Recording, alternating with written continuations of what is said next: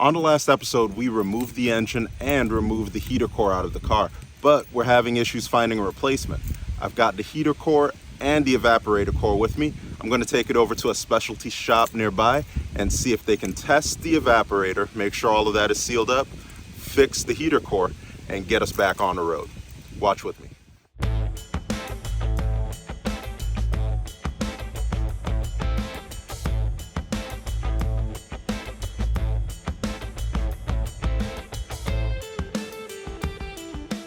So I just got back from the radiator shop and I got some great news. Here's my evaporator core, and that tested up to 80 pounds with no leaks. So that's awesome. Replacement ones of these are upwards of $500, so anything I can save will be greatly appreciated. Onto my heater core. Got a little bit of bad news. This one is leaking in 5 different places. So the shop did not recommend fixing this one. Here is Four Seasons part number 98488A. Thanks to your comments, I was able to get this part, and here it is next to the old heater core. Now, lengthwise, it's basically identical. When we get to widthwise, it's a fin row slimmer than the old one. The radiator shop said that if you just put some foam on the sides of it, build it up to about the same width, then you're good to go on installation. If you notice, these pipes are a little bit off as well, but when I mocked it up inside of the car, I was getting it really close. So there's a divot right here on the heater box to separate these tubes, and it fit right really well, no issues. So I'm gonna rock with this one. Hopefully my advice of using the foam on both sides works for you, but that's what I was able to do to get it to work. I'm gonna clean up my heater box cover. Here's what this looks like. I'm ordering a replacement sticker as well. I know there's supposed to be another emission sticker here. I'll see if I can get that at G-Body as well. I'm going to use JB Weld to fix this crack that's right in here, but we'll get that taken care of. We'll get everything painted and we'll get it nice and clean and ready for reinstallation. This is carbon infused foam. You can see similar stuff when you're using your aquarium. And this is going to be really good for killing mold and making sure that all the air is clean that's going into your cabin area, because there's no cabin air filter on these cars. So I got this off of Amazon. I got the thinnest one I could find. This looks like 1/4 inch or 1/2 inch. It's 36 inches by 10.5. So I got enough for a few heater boxes. So I'll use that to wrap the front of the evaporator core just like it was stock. Wrap the sides of here to fill everything in, and that should be good to go. Also, I got butyl tape. So this is 1 1/8 by 3/4 by 30 feet long, and this is plenty. So I plan on doing a few more heater boxes in the future, but this will be perfect for the seal that goes right along the inside of this.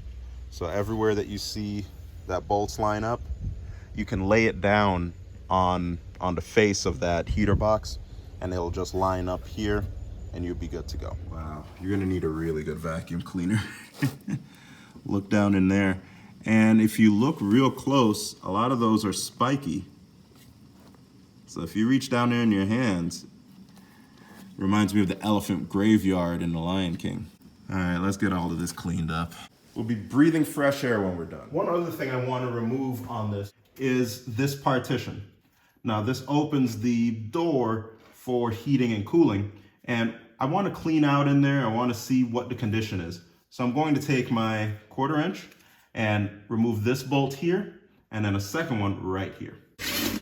From there I can remove this, pull a little bit toward me, and then pull up and out. One important thing of note, this actuator rod comes here, and you're going to need to unsnip it from that retaining clip before you pull it out. If you pull this arm toward you, you'll be able to slide it up. A right angle pick tool with a sharp end is perfect for this.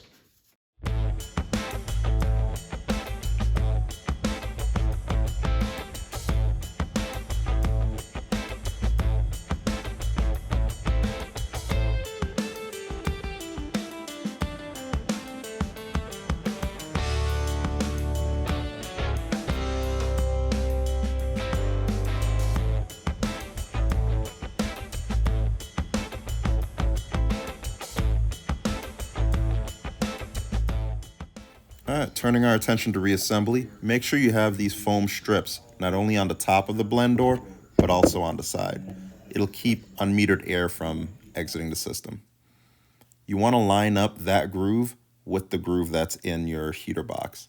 Just slide it in and make sure you keep the rod out of place. Now we can move it over, rotate the clip, and firmly secure it. Make sure to test that blend door a couple of times to make sure everything works. Then we can put back our metal bracket, zip it with our 1/4 inch. Don't forget the bottom one.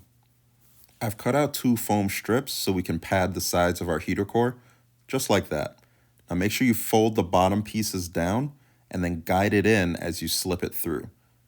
Use the blend door to access the bottom of it so you can get it right in there. Okay, I felt that positive click, so that's really, really good. I was hoping I wouldn't have to bend these lines, but if you look how close this bottom line is to the plastic box, I'm clearly gonna have to move it out a little bit. So what I'll do is I'll take a round tip screwdriver, I'll hold this stable, and I'll try to concentrate the bend point right here. Make sure not to kink it, and I'll leave this one alone. That way I can create some separation and hopefully be able to get the hose and a clamp on that.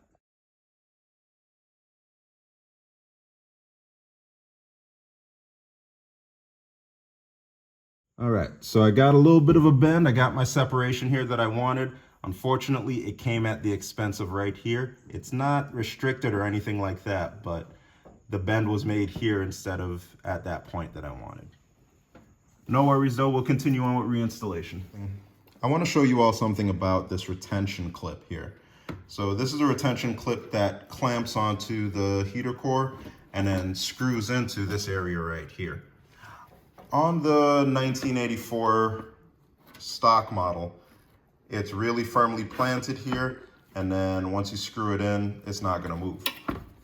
But it's not exactly the same, as you can see here. So what I do is I massage things downward and create that tension down low, and then that way I can screw it back in. So that way it's going to look like that. It's still going to hold everything together, but you just got to slightly tweak the bracket to be able to fit. All right, with my new heater core installed, it's time to turn our attention to our evaporator core. Here's the old filter material that was on here before. You can see remnants of it by this retaining clip right here. And this is how it's held in with these 2 clips here. I don't know if there's a third one. Let me know in the comments if there was. And then 2 clips holding on like that. So you want your material to wrap around this side and come all the way over. This material is a lot thicker than what was on here, so I'll be keeping an eye on it, making sure things are cooling efficiently.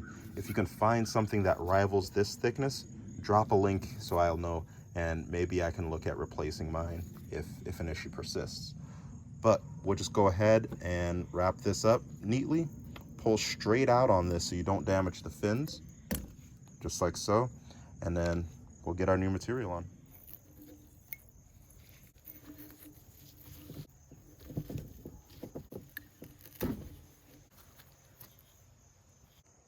All right, I did find my third one in the package, so I'm guessing that looks right. Let me know if it's not. The shop found my orifice tube screwed in here, and it looks like it has metal shavings in there, so really glad I took some time to get everything checked out before I started just to dump Freon in here. That would have been bad. Would have damaged my compressor prematurely.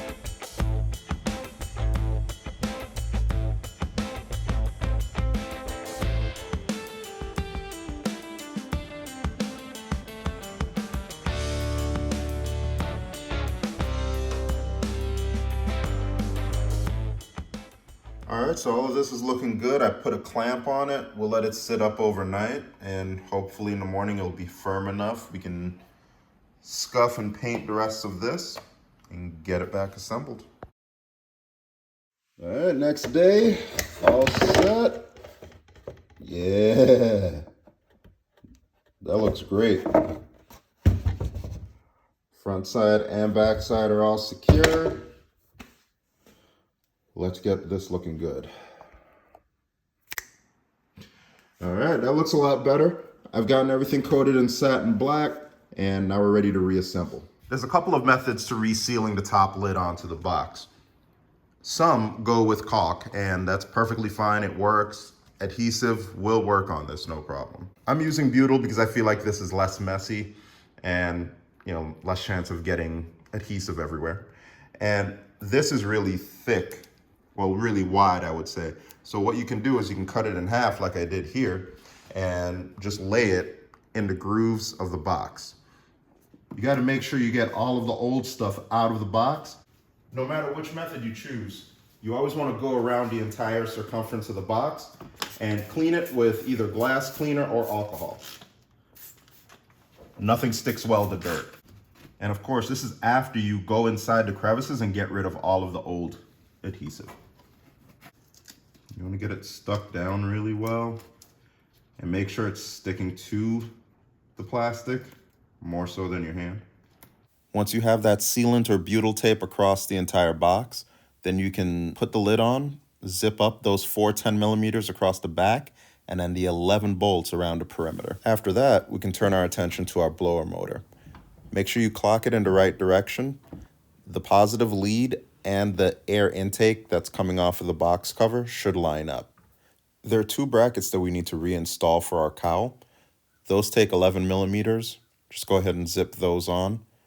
And then we have to insert some foam right in front of this heater core just to block out any debris from entering the area. I've cut out triangles with slits in, so that way we can easily slip things over and then tuck them into the box. Once that foam is situated, then we can reinstall our blower motor resistor, the air intake for our blower motor, our relay, and all of the electrical connections. All right, so earlier in the video, you saw this replacement piece that goes on top of the heater box. And I was hoping I could just cut out this and put in new mesh, but the way it's melted to it, it doesn't look like that's possible. So if you have any creative ways to fix that, let me know. Otherwise, I'll be on the hunt for a replacement. Now, everything is looking really good now. Let me walk you through some final bits. One thing that I forgot to do was reattach a new ground strap to that heater core retention bracket. So I still got to do that. Unfortunately, all of this has to come back off, but I'll do that off camera. There are 2 hard vacuum lines that I mentioned earlier. This line goes over to the heater core bypass valve. That's what meters coolant in and out of the heater core.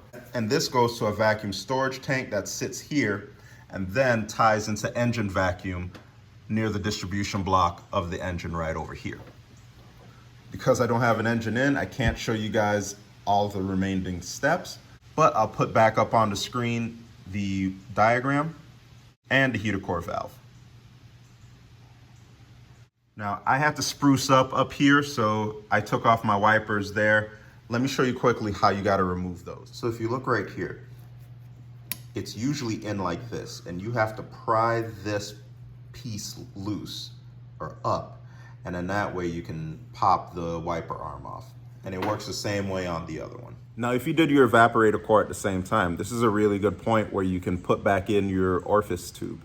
Some folks are using the Ford F-150 orifice tube. Some are using the regular turbo Buick when they're refilling with R134. Either one will work. Because I'm still waiting on my replacement orifice tube, I'm gonna hold off, but I'm gonna do a separate episode on the AC system that will pick up where I left off here. Hopefully the engine will be back in too, so I could show you the compressor installation, routing the lines, mounting your condenser, all of that fun stuff. But I'm really happy to say that everything is back in its place and we're finally done with the reinstallation. Our replacement heater core looks like it's gonna work out. But if you saw anything in the video that I should learn from, please drop a comment. I'm always trying to learn something new. I learned so much from you all in the community. It really makes me a better technician. And like, share, and subscribe. And I'll talk to you on the next one.